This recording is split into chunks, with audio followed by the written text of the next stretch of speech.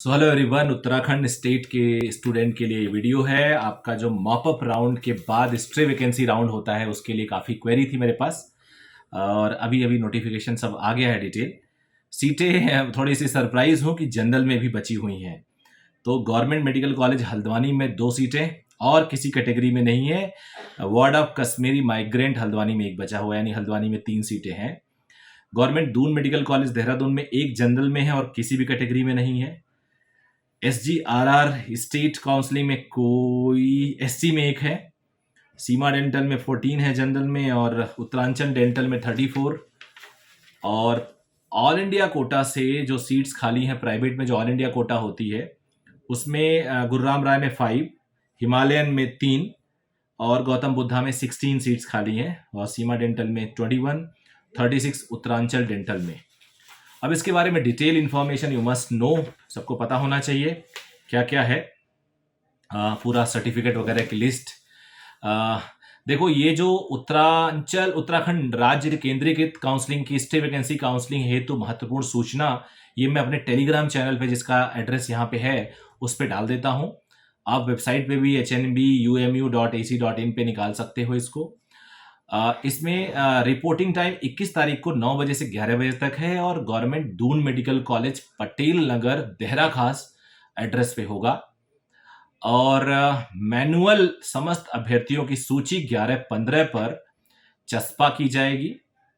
उसके उपरांत किसी भी अभ्यर्थी को काउंसलिंग बोर्ड द्वारा सीट आवंटन की कार्रवाई में सम्मिलित नहीं किया जाएगा। सीट आवंटन 11:30 से होगा। स्टे वैकेंसी चरण में काउंसलिंग में प्रतिभाग करने हेतु एलिजिबिलिटी क्या है? मॉपअप काउंसलिंग में किसी भी संस्थान की सीट जिनको आवंटित नहीं हुई है वही करेंगे।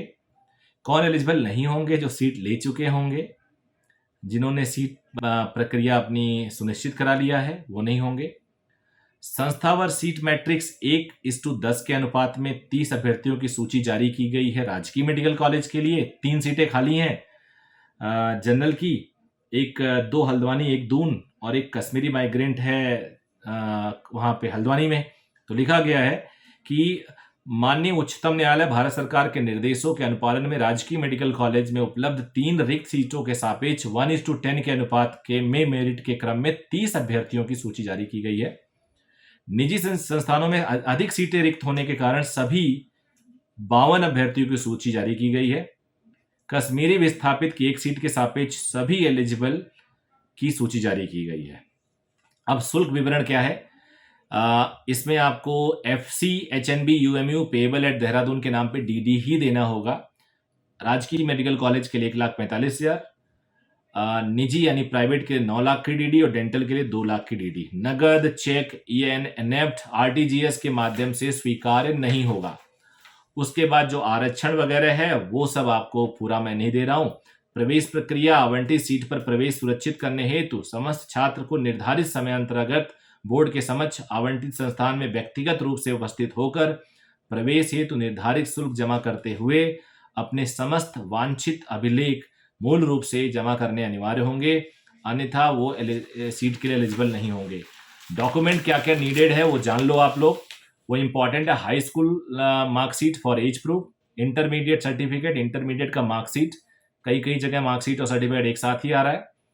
नीट UG का एडमिट कार्ड NTA का इशू किया हुआ, रैंक लेटर NTA द्वारा, सर्टिफिकेट SC ST का, और ये पूरा लिस्ट दे रहा हूँ, वैलिड ID कार्ड वगैरह, तो ये आप देख लेना। सभी बच्चों को मेरी तरफ से बेस्ट ऑफ लक, आपको सीट मिल जाए और मुझे बताइएगा जरूर अगर आपको सीट मिलती है। और अगर कुछ चाहिए जानकारी थोड़ा बहुत कमेंट कर देना, मैं देखूंगा, अगर बता सकता हूं तो बता दूंगा। Thank you very much, bye bye.